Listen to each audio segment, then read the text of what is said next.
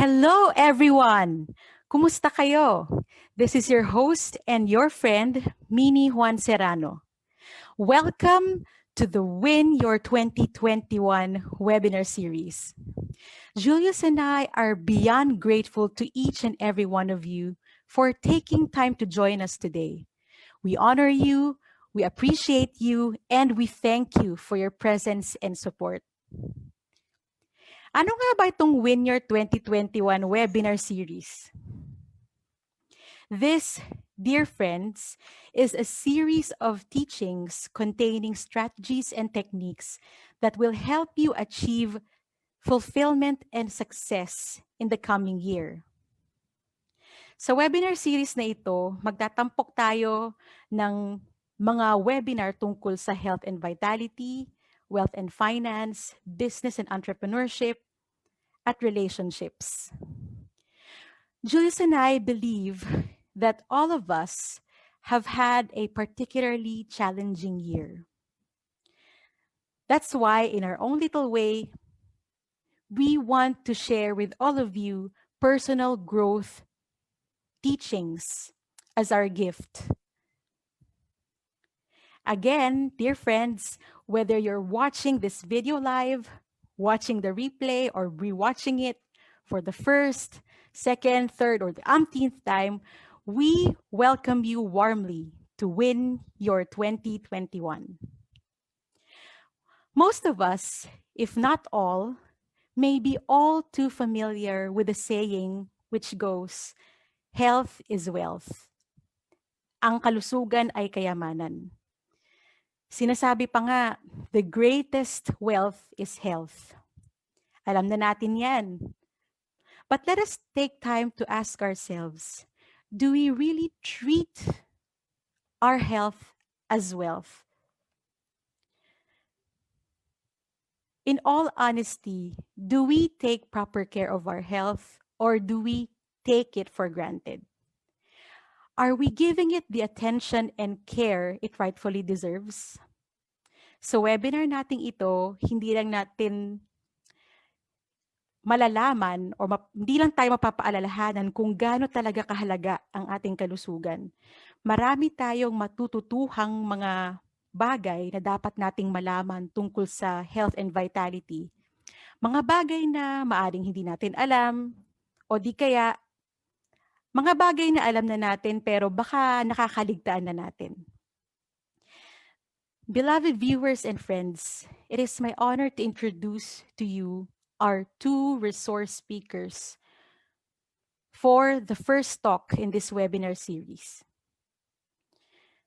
Our first speaker is an internal medicine and functional medicine doctor, practicing in her own clinic, Live Well Functional Health Clinic at Centuria Medical, Makati, and in her hometown, Bayombong, Nueva Vizcaya. She finished her Doctor of Medicine at the University of Santo Tomas and worked as a wellness consultant at St. Luke's Medical Center, Global City. Everything changed when this doctor became the patient herself. She was diagnosed with lupus, an autoimmune disease. Nevertheless, she battled the illness, triumphed over it, and is now an active warrior and advocate for autoimmune diseases. Her personal health encounter pushed her to delve deeper into the treatment approach that brought her back to good health, the functional medicine approach. She trained and accomplished her modules at the Institute for Functional Medicine, a global institution based in the US. More than her medical prowess, she is best known and loved for her emphatic heart. Our second speaker, on the other hand, is a patient and best friend of our first speaker. She is an IT consultant and a content writer. She is totally blind, and her blindness is a result of lupus. Like her doctor, she reached the point of hopelessness due to her health challenges. But with God's help and with the aid of the functional medicine treatment approach, she was able to conquer all these challenges. Alam niyo tong second speaker na to, isa sa mga taong malapit sa puso ko. She is one of my best friends. Dear viewers and friends, let us all welcome our speakers, Dr. Katherine Noscal and Miss Rhea Althea Guntalilib. Hello, everyone. We're so delighted to have you all here with us today. Kasama natin ngayon sina Dr. Katherine Noscal at Miss Rhea Althea Guntalilib. One of the many fascinating things about our speakers for today's webinar is that they don't just speak about health, about vitality, and about wellness. They practice it, they live it, they breathe it. I'm sure you're just as excited as I am. Kaya yun, hindi ko na patatagalin. Doc Cathy, Miss Rhea, the floor is yours. Take it away. Thank you, Minnie. Hello, everyone. First of all, we want to thank you, Julius and Minnie, for inviting us to be part of this webinar. So first, let me share my screen. Just share my screen. So we know the past several months have so far been the most challenging time of this century. We are battling against this new virus which have brought so much fear to almost every single person in the world. So deadly, certainly, especially if our immune system is not strong enough to fight the virus, especially if our immune system is not modulated or regulated. But the heightened fear, it needs as much attention as the virus itself. It needs to be addressed because it can be addressed. We can eject this fear of the virus, that very same fear that prevents us from living our lives. We can do that by being aware and by building a strong and modulated immune system. And this would be the heart of my sharing today. So how to strengthen and optimize our immune system through functional medicine. So functional medicine is considered as the 21st century medicine. This is a new approach where we look at the underlying causes of diseases. So we identify the root causes and we address it from there. And the foundation is really proper diet and lifestyle. So apart from the basic protocols like wearing masks, hand washing, social distancing, we must give more attention in strengthening our built-in PPEs, which is our own immune system. Because this is the ultimate shield, not just to COVID, but with all kinds of diseases. Okay, so majority of our immune system, around 70%, is located in our gut or our gastrointestinal tract, right? And so proper nourishment is crucial when it comes to our immune system. So eating enough nutrients is required for the health and function of all cells, including our immune cells. So there are certain dietary patterns that can help us prepare our body for microbial attacks or excess inflammation. So what we put into our body is the foundation of our health. So each stage of the body's immune response relies on the presence of many micronutrients such as vitamin C, vitamin D, zinc, selenium, iron, and protein. They are found in a variety of plant and animal foods. So here are some tips on how we can get a balanced diet for our immune system. So when balancing our diet, we need to try to get the bulk of our carbohydrates from vegetable sources. So the fiber found in these vegetables not just help us with our immune response, but it also helps balance our blood sugar and improves digestion.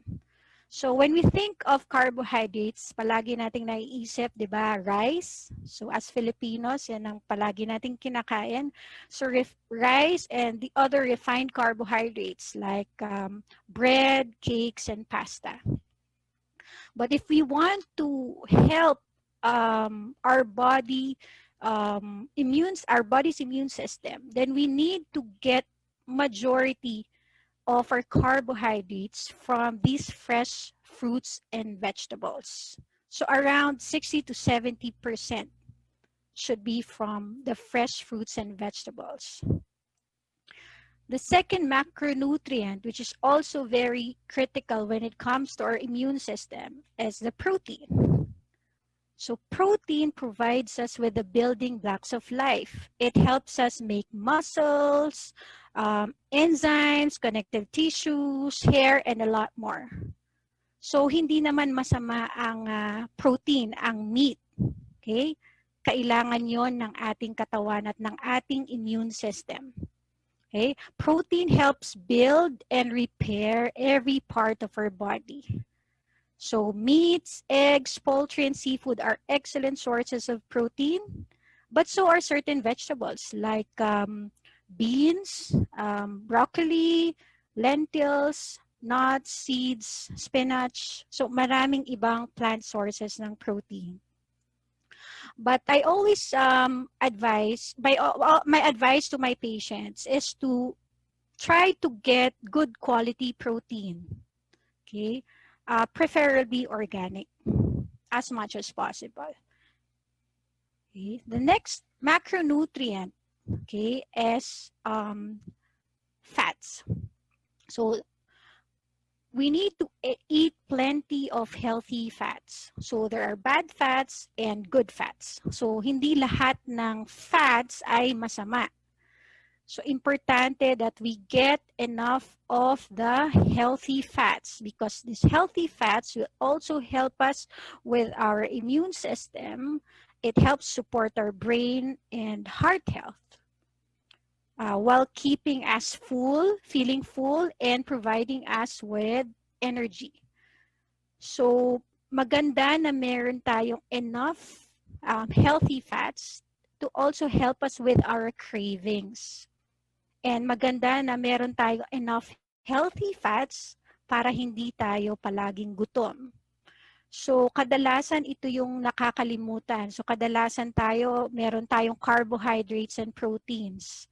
Pero nakakalimutan yung healthy fats. So ang tendency, palagi tayong gutom and then palagi tayong kumakain. So when we talk of healthy fats, we should aim for more of the omega-3s. So we get that from avocados, fatty fish, nuts, seeds, olives, grass-fed meats, and fewer of the omega-6s. So omega-6s dapat konti lang yon. So we get that from vegetable oils like canola oil, safflower oil, mga processed foods. And we should also keep in mind that there are certain low-fat and fat-free products that contains a lot of added sugar and artificial fillers. So hindi ibig sabihin low fat, fat-free, healthy na yon. So we need to read the labels carefully kasi karamihan doon, they have added sugar which is not good for our immune system and for our overall health and maraming mga artificial fillers. Okay.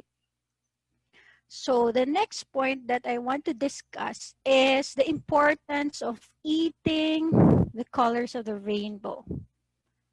So our bodies function best when they take in nutrients from all different types and colors of whole foods. Okay, so these phytonutrients or the nutrients that we get from plants, from colorful fruits and vegetables, from herbs and spices, are powerful defenders of our health. So they stimulate certain enzymes that help the body get rid of toxins, boost the immune system, and also improve our cardiovascular health. So we should always aim for at least 5 different colors of vegetables and fruits per day. So importante na iba-iba siya at iba-ibang kulay kada araw. So the more colorful your plate is, the better. Kasi bawat kulay, ibang nutrient at ibang benefits yung makukuha natin sa kanila. Okay, let's now go to the food groups that we need to limit or avoid. So the big word here is sugar. So studies have shown that spikes in sugar intake suppresses our immune system. So if we eat a lot of foods and beverages high in sugar or refined carbohydrates, we may be reducing our body's ability to ward off disease. So there are certain food groups when consumed in high amounts can compromise our immune response, making infections more likely. So this includes processed food, foods and drinks high in sugar and refined carbohydrates, and of course, alcoholic beverages. Another important thing is the importance of hydration. So water can do wonders for our body, especially when it works as an immune system booster. So water helps to carry oxygen to our cells, which result in properly functioning systems. It also works in removing toxins from the body. So drinking more of it could help prevent toxins from building up. So to determine our daily need for water, we use this formula. So you get your weight in pounds and you divide it by 2. So the resulting figure is the number of ounces of water that you need to consume each day.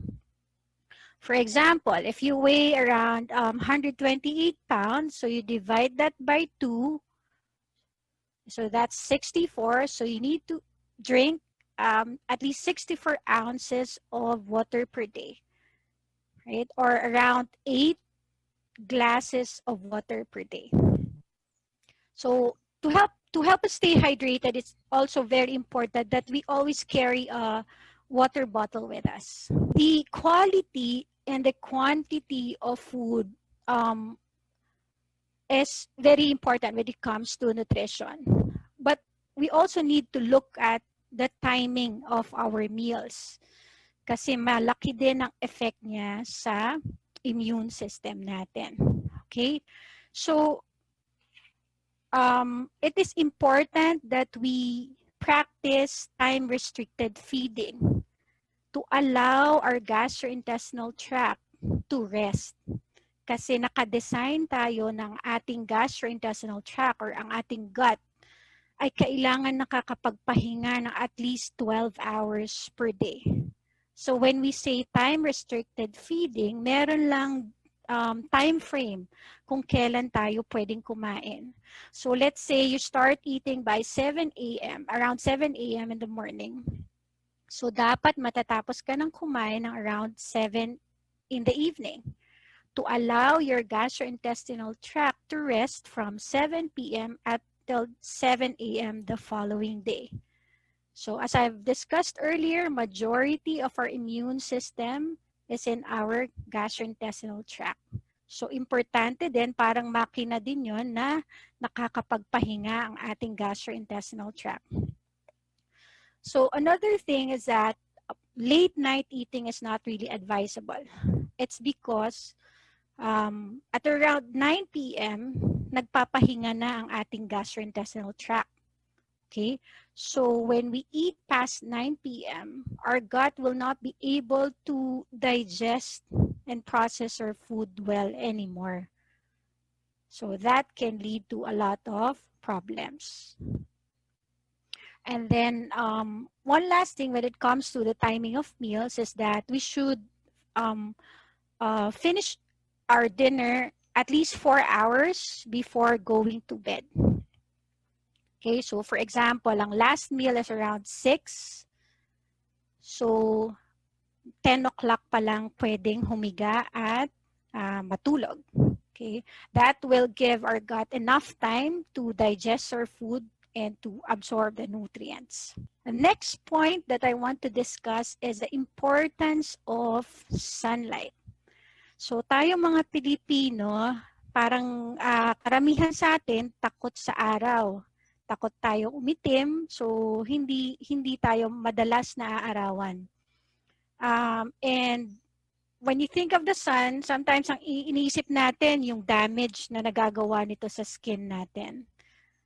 But small amounts of sun exposure, especially early in the day, before it's at its brightest, can be good for us in some ways. So ang question then, how much is enough kung magpapaaraw tayo? The answer is different for everyone. So it depends on our skin tone, on our age, our health history, our diet, and where we live. So in general, scientists recommend around 15 to 30 minutes of sun exposure per day. The sun's UV rays helps our body make vitamin D. So vitamin D is very, very crucial when it comes to our immune system. It is considered as an immune modulator. So importante talaga siya. So not just for our immune system, it is also important for our bone health, and it helps us take in certain minerals like calcium and phosphorus. So sun exposure is also very important when it comes to our sleep. So early morning sunlight in particular seems to help people get enough sleep. Okay. It is also important when it comes to our mood. So exposure to sunlight releases serotonin, which is the happy neurotransmitter. Okay. It helps us boost our mood, helps us feel calm and focused. So without enough sun exposure, yung serotonin levels natin, the happy neurotransmitter, pwede siyang bumaba. That's why being out in the sun is proven to make us healthier, not just emotionally, but also physically. At ang kagandahan dito sa sun exposure, katulad ng palagi kong ina-advise sa mga pasyente ko, libre naman siya. Okay? So, hindi lang kasi madalas naiintindihan ng mga tao kung gaano siya kaimportante when it comes to our immune system. Okay, the next point would be about sleep. Right? So, lack of sleep can affect our immune system as well. So, studies show that people who don't get enough good quality sleep are more likely to get sick after being exposed to a virus. And lack of sleep can also affect how fast we recover if we do get sick. So during sleep, ang nangyayari kasi our immune system releases certain proteins called cytokines. These cytokines help us with fighting the infection or inflammation. So sleep deprivation may decrease the production of these protective cytokines. So long-term lack of sleep also increases our risk of the other chronic medical conditions like obesity, diabetes, and heart disease. So how much sleep do we need to boost our immune system? So the optimal amount of sleep for adults is around 7 to 8 hours of good quality sleep each night. For teenagers, it's around 9 to 10 hours. And for school-age children, they may need more than 10 hours. But more sleep isn't always better. For adults, sleeping more than 9 to 10 hours a night may result in poor quality of sleep, such as difficulty falling or staying asleep. So, hindi pwedeng kulang, hindi rin pwedeng sobra. Right? So balance is still very important when it comes to our sleep. So what are the tips for improving our sleep hygiene? So first is we need to maintain a consistent sleep schedule. So we need to go to bed and wake up around the same time every day, even on weekends. So number two, we need to take in more daylight and limit exposure to artificial light. So daylight reinforces the awake phase of our sleep cycle, body sleep cycle. So spending more time outside during the day can make it easier for us to fall asleep at night. So if we are inside our houses most of the time naman, then we can try to sit close to a window or take breaks outside when we can. So in the evening naman, we need to spend less time with electronics. The blue light from these devices like our cell phones, computers, and tablets mimics daylights and stimulates alertness. So using these electronics before bedtime tricks our body into thinking it's still daytime and can make it harder for us to fall asleep. So my advice always is to limit the use of your electronics at least 1 hour before bedtime. Okay. Third point would be we need to avoid caffeine and heavy meals prior to going to bed. So for the caffeine may impair our sleep if we consume it 6 hours prior to bedtime. So for example, if your bedtime is around 10, then dapat yung last coffee intake natin is around before 4 o'clock in the afternoon. Okay. Next point is take time to unwind. Okay. So we can practice mindfulness or engage in like a light stretching or mga relaxation techniques before bed to reduce yung stress or anxiety. And of course, very important na yung ating bedroom is conducive for sleep. So it has to be clean, cool, and dark. So importante na dark siya because kapag maliwanag, our body will not be able to produce enough of the melatonin, which is the hormone that helps us sleep. So karamihan ng tao, may mga tao na nahihirapan matulog, hindi nila alam dahil yung mga artificial lights na nakapalibot sa kanila sa bed nila, like yung ilaw, yung gadgets, yung computers. So if you have problems with your sleep, then siguro ito yung mga simple sleep hygiene practices na pwede nyong simulan. Okay? So let's now go to stress management. So we all know that when we're stressed, our immune system's ability to fight off antigens is reduced. So there are a lot of studies already saying that stress is really one of the biggest factors when it comes to a suppressed immune system.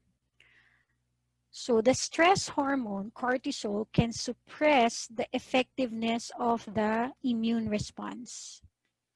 So it's very, very important that we learn how to manage stress. First is, of course, we need to identify the sources of our stress. So you can like keep a stress journal to gain a perspective on your stress. So importante ma-identify para alam mo kung ano yung kailangan ma-avoid. Okay? Number two, physical activity can help us manage our stress like dancing, running, walking, anything that will release endorphins that will make us feel good. Okay. Number three is social connection. So we need to reduce exposure to interactions perceived as hostile and non-supportive. And at the same time, emphasize on spending time with family and trusted friends who are positive or affirming. And for those people naman who may be lonely or isolated, as well as those who may be at increased risk of immune compromise. So yung ating mga magulang, no, yung mga senior citizen, it is recommended that they join parang regular social connection with their peers virtually in their local communities, like in religious groups or spiritual groups. Always make time for yourself and the activities that you enjoy. So, minsan kasi na masyado na tayo nagka-focus dun sa work natin, nakakalimutan na natin yung sarili natin. So, always important to have like a me time. So, in a week, pwede kang mag-assign ng like how many hours para sa sarili mo. Just focus on yourself and do the things that will make you happy.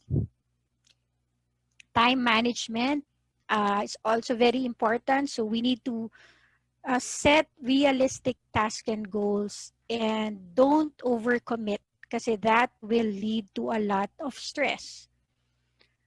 And also, we need to practice certain relaxation techniques during the day. So, of course naman, every day palaging may stress yan.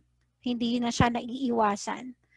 So, what we can do is we need to practice certain relaxation techniques that will help our body lower the cortisol levels or the stress hormone that is produced by our body during stress. So, for example, breathing exercises. So, changing the way we breathe can make a big difference to our overall stress levels. So, breathing techniques can calm our body and our mind in just a few minutes. So, katulad nito, libre lang ito at madali lang siyang gawin. So, while there are many different breathing techniques available, here are a few simple ones to try. So, for example, you can just breathe in through your nose and watch your belly fill with air. Count slowly to 3 as you inhale, and then hold for 1 second, and then slowly breathe out through your nose as you count to 3 again. Okay? You can do just breathe in through your nose and imagine that you're inhaling peaceful, calm air. Imagine that air spreading throughout your body. As you exhale, imagine that you're breathing out the stress and tension. So these are just simple techniques that you can practice to help you manage your stress. We talked about food, diet, sleep, sun exposure, stress management. So supplements are also very important when it comes to supporting our immune system. But of course, we can't supplement over a bad diet or a bad lifestyle. So, hindi pwede na inom lang tayo na inom ng vitamins or ng minerals or kung anong supplement yon nang hindi naman nating inaayos yung ating lifestyle. So, palagi kong remind yung patients ko, so we need to really start with the foundation, which is our diet and our lifestyle. And then we can add in certain supplements or vitamins to help us boost our immune system. So there are a lot of supplements that are proven to help boost our immune system. But this is my top 4 supplements. Okay, number 1 is vitamin C, okay? Vitamin D3, zinc, and magnesium. But then again, always with the guidance of your doctors. Okay, so proper assessment is important. So please seek the guidance of your doctor so they can give you the right dosages or the right supplements for your immune system. I have here with me my friend, my best friend, and also my patient who, like me, also has lupus, and she will share her health journey. Okay, so now that Dr. Katherine have finished sharing about functional medicine and the theories behind. So what I'm going to share naman is on how I actually applied those theories sa sarili ko and how it helped me to, well, conquer or to control or manage my illness. So, as she mentioned, I have an autoimmune condition called lupus. So, in 2016, I was diagnosed, and mainly, ito yung dahilan why I lost my sight. So, now I'm already totally blind. And in roughly 14 years of having this illness, naramdaman ko lang talaga ulit how it truly feels to be okay, to be well, and to be healthy nung nagsimula na akong mag-walk nitong healthier path or the functional medicine path. So, when I say healthier, what I mean is a balance between illness and wellness. So yes, I still take my synthetic medications, pero hindi ako totally dependent sa mga gamot ko. At habang umiinom ako ng mga gamot na yon, I make sure na okay ang lifestyle ko and okay or healthy ang mga pagkain na kinakain ko. Or, well, at least yun dapat yung default and not the other way around. So when I say healthy na food, so dapat as much as possible walang process, and big no-no sa mga food additives. So sa mga artificial seasonings, wala lahat yun. And then, ayun din, I do time-restricted eating. So gumagawa ako ng therapeutic fasting. So I make sure na every night, dapat mga 12 to 14 hours na wala munang laman yung tiyan ko para nakakapagpahinga at gumaling yung digestive system ko kung meron mang problema. So, ayun. So, going back to 2017. 2017, yun kasi yung time na nagkaroon ako ng major lupus flare.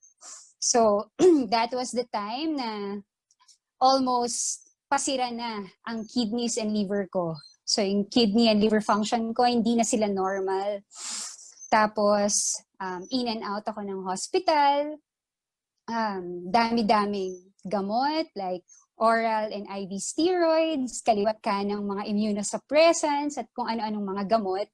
And wala akong mga tinitake na mga vitamins and minerals ng mga panahon na yon. Although, I must say, very compliant ako. Talagang kung anong sinabi ng doctor ko, sinusunod ko. Andyan ang mga monthly check-ups ko, mga monthly laboratory test ko. Kahit pa dito ako sa province nagsistay, talagang tinitake namin yung effort to go sa Manila para makapag-comply ako sa mga hinihingi ng mga doctors ko from me. At yun ngayon yung parang naging ugat ng mga frustrations ko kasi in spite of being compliant, in spite of doing everything, bakit ganun? Parang hindi ko na-achieve yung level ng health na gusto ko. Parang nung time na yon, yung kidney and liver functions ko, parang hindi siya significantly nag-i-improve, and there are even months na nag-worsen siya. So that was the time na naisip ko, probably I'm doing something wrong, or kung hindi man ganon, pwede sigurong may kulang. And by the time na I was introduced to functional medicine, parang that was the time na nahanap ko yung missing piece. Na-realize ko, dati kasi, before ako nag-functional medicine, to say na yung lifestyle ko and yung diet ko is terrible, that's an understatement. Grabe ako magpuyat. Yung pagkain ko, ang baseline ko is bad diet, bad lifestyle. So kaya naman pala kahit anong pagpapadoktor ko, kahit anong pagpapagamot ko, dahil hindi ko siya binabalanse by, living a healthier lifestyle, eating healthier foods. Lumalala yung condition ko. So even yung mga doctors ko, nahihirapan sa akin. Tapos, sabi ko nga kanina, hindi ako nagtitake ng mga vitamins and minerals before. So, nung nag-FM na ako, there's this functional medicine test na I took na tinest yung mga nutrient levels sa katawan ko. So, blood test siya. Then, doon sobra kaming nagulat kasi ang dami kong nutrient deficiencies.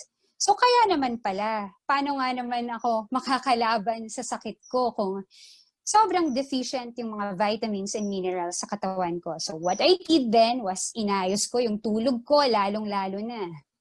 Ngayon, very sacred ang tulog ko. 10 o'clock, talagang kung hindi patay, naka-silent na ang mga telepono ko, wala na.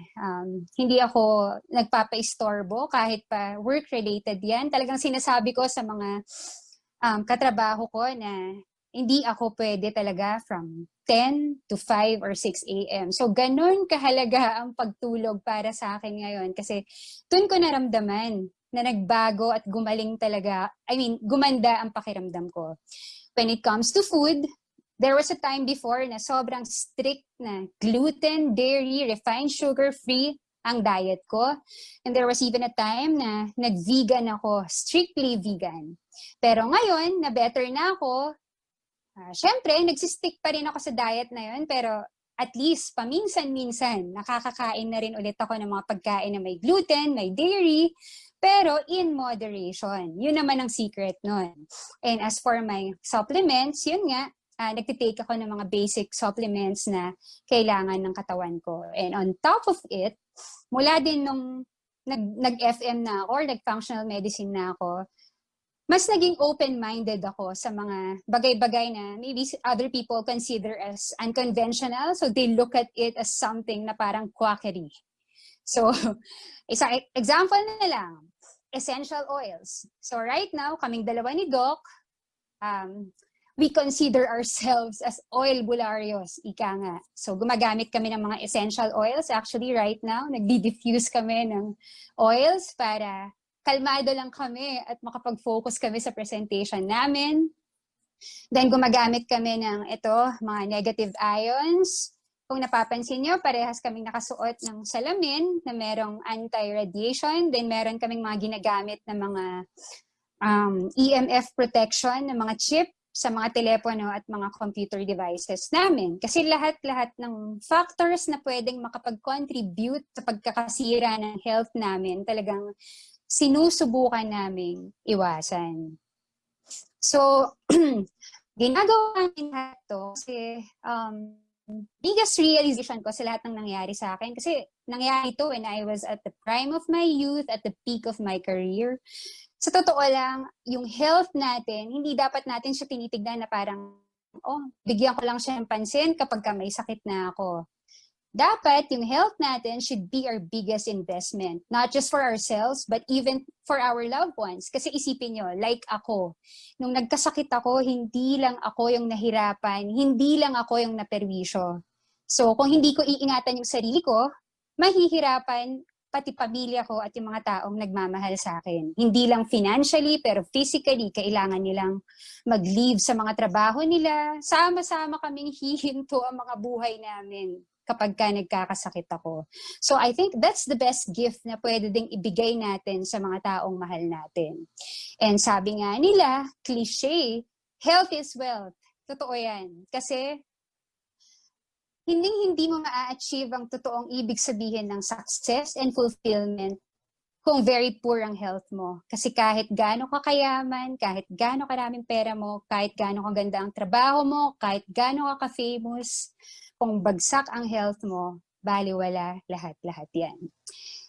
So, yun. I'm just so grateful na ni-lead ako ni Lord sa path ng functional medicine and I met Dr. Kathy. Talagang napakalaking factor kung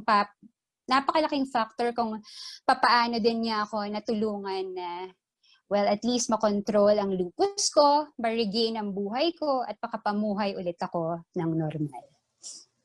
Back to you, Doc Kathy. Thank you, Rhea, for sharing your story with us. So, actually, parehas kami ng kwento ni Rhea eh. I'm also a lupus patient. So, ganun din. Same path ng pinagdaanan niya. So, maraming paghihirap initially and then we found this new approach to medicine called functional medicine. So, we applied it to ourselves. So, on top of the current standard of care. So, tinatawag namin nga ang functional medicine as standard of care plus. Kasi, of course, you need to still practice yung conventional medicine way of treating patients with the right medications. But this time, importante that we look into the underlying causes or the root causes kung bakit nagkakaroon tayo ng mga sakit. Okay? So like for Rhea's case and my case, mga root causes ng aming sakit, we were eating the wrong types of food. So marami kaming nutrient deficiencies, both macronutrients, micronutrients, phytonutrients. We had hidden infections din. So maraming underlying causes na kailangan tingnan if we really want to control yung mga chronic medical conditions. Ako din, I'm just so happy that I met Rhea and was able to share with her yung path na dinaanan ko. Kasi nandun din yung fulfillment para sa akin as a doctor na makita ko sila na na-regain nila yung buhay nila na dati sobrang dependent sa gamot, hindi maka-function ng tama. Okay, so going back to our discussion. So going back to our to the COVID issue. So it's true that COVID should not be taken easily, but it doesn't also mean that we have to put our lives on hold because of this pandemic. If by default our immune system or our built-in PPE is okay, then we can conquer any health challenges that might come our way.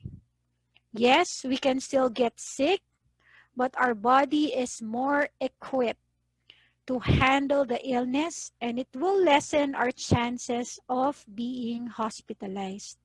And most importantly, we have to remember that with or without a pandemic, a healthy immune system can come handy in facing all sorts of infections. So, ngayon, di ba, may SARS-CoV-2, CoV-3, hindi natin alam sa mga susunod na panahon, marami pang ibang mga mikrobyo ang darating. Okay? So remember, a healthy body, katulad ng sinabi ni Rhea, is the foundation of success and fulfillment. Okay? So, we need to really invest in our health.